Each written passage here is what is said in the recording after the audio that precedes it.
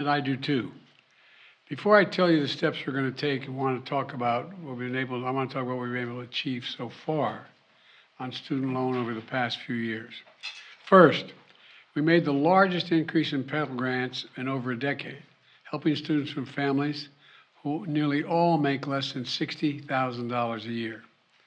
Then we fixed the so-called, with the help of the department, Public Service Loan Forgiveness Program. So the borrowers who got into public service, such as school teachers, police officers, social workers, service members, they actually got the debt relief they were entitled to under the law. Before I came to office, only 7,000 people had benefited from that program. Today, over 600,000 borrowers have received relief from that program. And it's still available. So many more people can be helped. And I encourage you to apply if you haven't already. You're still eligible. Go to studentaid.gov. It matters. Third, my administration improved the program from the Obama-Biden administration on income-driven repayment plan. That's what it was referred to as. Back then, we set a limit. Student borrowers would pay no more than 10% of their disposable income to pay back their debt in any one time. My administration is going to reduce that to 5%. It's now the most generous repayment program ever. No one with an undergraduate loan today or in the future, whether from a community college or a four-year college, will have to pay more than 5% of their disposable income to repay their loan. And that's income after you pay for the necessities like housing, food, and the like. Typical borrower is going to save about $1,000 a year. And if you keep up payments for 20 years without missing them, your total debt is forgiven after 20 years. That's what the program was before, but we've just reduced it to 5%.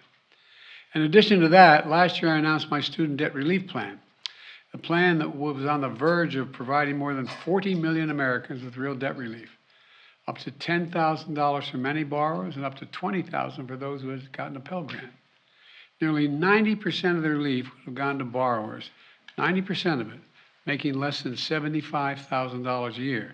And no one making over $125,000 a year would qualify. This program was all set to begin.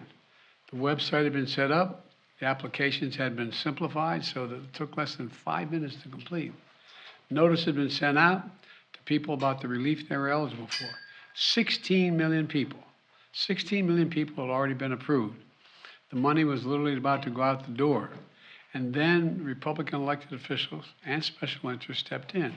They said, no, literally snatching from the hands of millions of Americans thousands of dollars in student debt relief that was about to change their lives.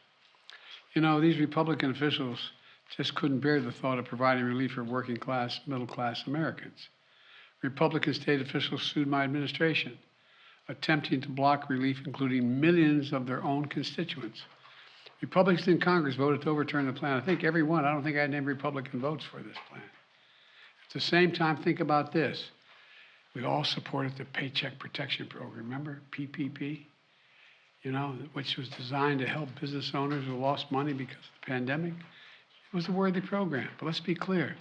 Some of the same elected Republicans, members of Congress who strongly opposed giving relief to students, got hundreds of thousands of dollars themselves in relief, members of Congress, because of the businesses they were able to keep open.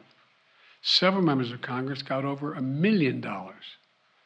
All those loans were forgiven. You know how much that program cost? $760 billion. My program's too expensive. $360 billion more than I proposed in my student debt relief program. I was trying to provide students with $10,000 to $20,000 in relief. By comparison, the average amount forgiven in the PPP, the pandemic loan program, average amount forgiven was $70,000. Now a kid making 60,000 bucks, trying to pay back his bills, asking for $10,000 in relief. Come on, the hypocrisy is stunning. You can't help a family making 75 grand a year, but you can help a millionaire and you have your debt forgiven. My plan would not only have been life-changing for millions of Americans, it would have been good for the American economy. freeing millions of Americans from the crushing burden of student debt. More homes would have been bought, more businesses would have been started, more couples would have had the confidence to start a family. Millions of people would have felt they could get on with their lives. These Republicans blocked all that. Now, in addition to the hypocrisy, some of these Republicans in Congress are shamelessly pushing to advance a bill in the coming weeks that gives hundreds of billions of dollars in tax breaks and handouts to the wealthiest Americans. They still haven't given up on making permanent a $2 trillion tax cut that they never paid for. Never paid for. $2 trillion. So let me be clear. For Republicans in Congress, it's not about reducing the deficit. It's not about fairness in forgiving loans. It's only about forgiving loans they have to pay. Today, the Supreme Court sided with them. I believe the court's decision to strike down my student debt relief program was a mistake, was wrong. I'm not going to stop fighting to deliver borrowers what they need, particularly those at the bottom end of the economic scale. So we need to find a new way, and we're moving as fast as we can. First, I'm announcing today a new path consistent with today's ruling to provide student debt relief to as many borrowers as possible, as quickly as possible. We will ground this new approach in a different law than my original plan, the so-called Higher Education Act. That will allow Secretary Cardona, who's with me today, to compromise, waive, or release loans under certain circumstances. This new path is legally sound. It's going to take longer, but in my view, it's the best path that remains to providing for as many borrowers as possible with debt relief. I've directed my team to move as quickly as possible under the law. Just moments ago, Secretary Cardona took the first step to initiate that new approach. We're not going to waste any time on this. We're getting moving on it. It's going to take longer, but we're getting at it right away. Second, we know what many borrowers will need to make their hard choices, which their budgets are being strained now when they start to repay their monthly loan payments this fall.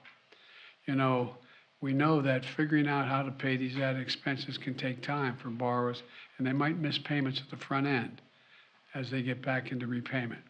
Normally, this could lead borrowers to fall into delinquency and default. But without their it will hurt their financial security, and that's not good for them or the economy. That's why we're creating a temporary 12-month, what we're calling on-ramp repayment program. And now, this is not the same as a student loan pause. It's been in effect for the past 3 years. Monthly payments will be due. Bills will not go out, and interest will be accruing. And during this period, if you can pay your monthly bills, you should. But if you cannot, if you miss payments, this on-ramp will temporarily remove the threat of default or having your credit harmed, which can hurt borrowers for years to come. Because the Department of Education won't refer borrowers. And the reason why that will work, they won't refer borrowers who miss payments to credit agencies for 12 months to give them a chance to get back up and running. Let me close with this. Our Republican officials say student loan relief is a giveaway to the privileged. You hear that loud now, the privileged. I love their concern for the privileged. But I know who student loan borrowers are in this country. So do all you. The couple putting off having a child until they can find their way to deal with their debt. That's who they are. They're a young putting off buying their first home so they can get out from under student loans. Hope on the horizon, thanks to relief that I planned last year. Today's court decision snatches it away from them. I get it. I get it. I hear this. And I'm concerned about it. But today's decision has closed one path. Now we're going to pursue another. I'm never going to stop fighting for you. We'll use every tool at our disposal to get you the student debt relief you need and reach your dreams. It's good for the economy. It's good for the country. It's going to be good for you. Thank you very, very much for listening. We're going to get this done, God willing. Thank you. Mr. President, why did you give millions of borrowers false hope? You've doubted your own authority here in the past. I didn't give any false hope. The question was whether or not I would do even more than was requested. What I did, I thought was appropriate and was able to be done and would get done. I didn't give borrowers false hope, but the Republicans snatched away the hope that they were given, and it's real hope. Thank you. Mr. President, will you cancel student debt? Your authority. Did you overstep your authority? I think the court misinterpreted the Constitution. Mr. President, President, do you will you- admit failure in Afghanistan? Mistakes. There was a report on Afghanistan withdrawal saying there was failure, mistakes. Do you admit there was mistakes during the withdrawal and before? No, all the evidence is coming back there. Remember what I said about Afghanistan? I said Al-Qaeda would not be there.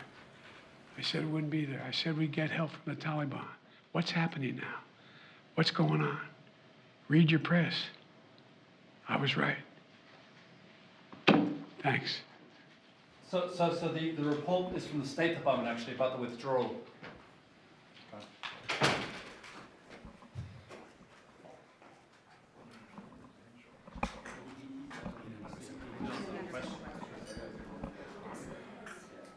He wasn't aware of the report. No, I don't think he that. Watching out for you.